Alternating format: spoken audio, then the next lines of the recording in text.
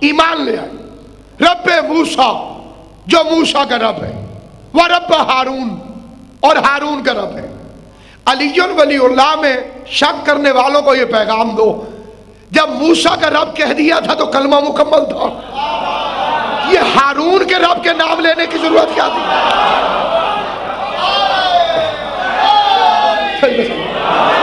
خالی اتنا کہہ دیتے ہم موسیٰ کے رب پر ایمان لائے، ہم عالمین کے رب پر۔ تین فکرے ہیں ایمان لانے کے لیے جنہیں جادوگروں نے اپنی زبان سے کہا۔ 20واں 12 سورہ مبارک قصص، اس کے اندر یہ لکھا ہوا ہے ہم ایمان لائے عالمین کے پروردگار پر۔ ایک پہلی گواہی ہو گئی، موسیٰ کے پروردگار پر دوسری گواہی ہو گئی، ہارون کے پروردگار پر تیسری گواہی ہو گئی۔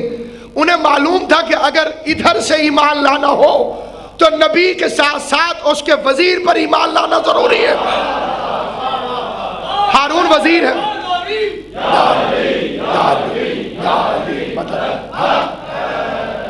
اب انہوں نے فوراً سجدے میں سر رکھ دیا، سجدے میں سر رکھا، اور فرعون کو غصہ چڑھا، اور فرعون کہنے لگا انتم الرافضون، تم رافضی ہو گئے۔ دیکھیے ہمیں کہا جاتا ہے رافضی، ہمارے لیے ایک گالی بنائی گئی ہے اور اس گالی کا نام ہے رافضی۔ یہ شیعہ تو ہے روافض، یہ رافضی ہے، رافضی۔ شاہ رکن الدین عالم ملتانی نے اپنے ایک شعر میں کہا تھا من علی را دوست باشد خلق گوید رافضی، میں علی علی کرتا ہوں، علی سے دوستی کرتا ہوں، لوگ مجھے رافضی کہتے ہیں۔ کہنے لگے پس خدا و مصطفیٰ جبریل ہم شد رافضی، پھر اکیلا میں رافضی نہیں ہوں، اللہ مصطفیٰ اور جبریل تینوں رافضی ہیں۔ پس خدا و مصطفیٰ جبریل ہم شد رافضی۔ تو سب سے پہلے رافضی کا لفظ فرعون کی زبان سے نکلا، اور اس نے ان مومنین کو کہا جو فرعون کو چھوڑ گئے اور اللہ کی حجت کا ساتھ دیا۔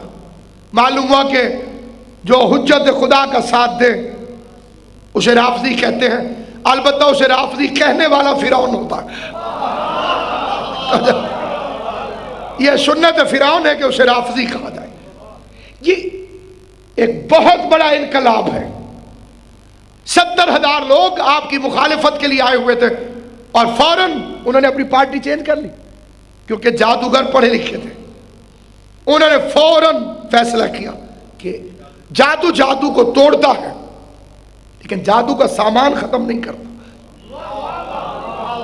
یہ جو سامان ختم ہو گیا یہ جادو نہیں، علم ہے۔ سجدے میں گر گئے۔ اب امام زمان جب آئیں گے اور اپنے علم کا اظہار کریں گے، ادھر کا مولوی کالا کالا پہ لڑتا رہے گا، یورپ اور امریکہ والے علی اور ولی اللہ پڑھتے چلے جائیں گے، کیونکہ جہاں علم ہوگا وہاں تسلیم ہے۔ علم بحث نہیں کرتا، علم جھگڑا نہیں کرتا۔ اب جو جہاں علم پہ وہاں پہ ترقی ہو رہی ہے، جتنی یونیورسٹی کی تعداد ہے اور جتنا علوم وہ حاصل کرتے جا رہے ہیں، اور بالخصوص برمودا ٹرائنگل، جزیرہ خضرہ این امریکہ کے سر کے اوپر، اس پر کتنی ریسرچ ہو رہی ہے، اگر میں وہ آپ کو اپنی معلومات کے مطابق بتاؤں تو تقریباً مبالغہ محسوس ہو، مبالغہ۔ اسی کے تناظر میں آپ ان کی جتنی مشہور اداروں کی فلمیں بنتی ہیں، اس میں حساب و کتاب اور اعداد و شمار کے مطابق ہر 5ویں فلم اس موضوع پہ بن رہی ہے کہ کوئی امریکہ پر آفت آئی ہے اور اس کا مقابلہ کرنا ہے۔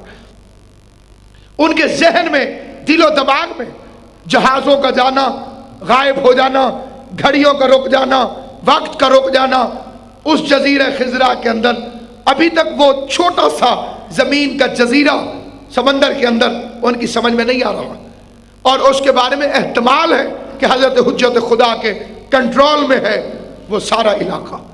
گو تو سارا علاقہ ہی حضرت کے کنٹرول میں ہے، لیکن بالخصوص اس مقام کے اوپر حضرت علیہ السلام کے بارے میں اثرات پائے گئے۔ اور قبیلہ بربر، ایک بڑا پرانا قبیلہ، کتاب ہے بصائر الدرجات، 1000 سال پہلے یہ لکھی گئی ہے، بصائر الدرجات، عربی زبان کی کتاب، مذہب شیعہ کی مضبوط اور ایسی کتاب کہ جس کے اوپر ہمارا مذہب انحصار کرتا ہے، ان کتابوں میں سے ایک کتاب بصائر الدرجات۔ کوئی لکھنا چاہے تو ابھی لکھ لے، بعد میں اگر کوئی لکھوانا چاہے تو اسے بھی لکھوا دو۔ وہاں حاجیوں کا ایک جہاز بغداد سے چلا ہوا ٹوٹا، تختے پر عرشے پر 2 لوگ ایک علاقے میں پہنچ گئے، مذہباً اہل سنت، انہوں نے ایک بہت بڑا شہر دیکھا جس میں 70 بازار کے چوک، رزق کی فراوانی، خوبصورت حسین خوش اخلاق لوگ، آذان ہوئی کھلی دکانیں چھوڑ کے چلے گئے نماز کے لیے، مسجد کھچا کھچ بھر گئی، درود کی صدائیں، تو وہ ایک جگہ پر دیوار کی ٹیک لگا کے تھکے ہوں کی طرح بیٹھ گئے۔ لکھا ہے کہ ایک شخص داخل ہوا جس نے سبز امامہ پہنا ہوا تھا، چہرے سے نور سا تھے، اور سب انہیں کہہ رہے تھے یبنا صاحب الامر، اور کتاب میں لکھا ہے کہ وہ حضرت کے پڑ پوتے تھے۔ اس میں گرامی شمس الدین محمد، شمس الدین کے پاس آئے، انہیں سلام کیا، کہا کون ہو؟ کہا مسلمان۔ کہا عقیدہ سناؤ۔ انہوں نے کہا اشہد ان لا الہ الا اللہ وحدہ لا شریک لہ واشہد ان محمدً عبدہ ورسولہ۔ کہتے ہیں کہ ہم یہاں تک سنا کے چپ ہو گئے، اور وہ جو امام کے پڑ پوتے تھے، پھر سن لیجئے، بصائر الدرجات 50 سال پہلے کی نہیں، 200 سال پہلے کی نہیں، 600 سال پہلے کی نہیں، 1000 سال پہلے شیخ مفید علیہ رحمہ کے زمانے کی کتاب، اس کے اندر یہ فقرہ ہے۔ کہ وہ ابھی کچھ اور سننا چاہتے تھے، ہم چپ ہو گئے، کہا آگے پڑھو۔ ہم نے کہا آگے کیا پڑھیں؟ کہا ان کے چہرے پہ جلال آ گیا، کہا افسوس تم نے اس گواہی کو چھوڑ دیا جس کی وجہ سے یہ 2 گواہیاں قبول ہوتی ہیں۔ توجہ ہے یا نہیں؟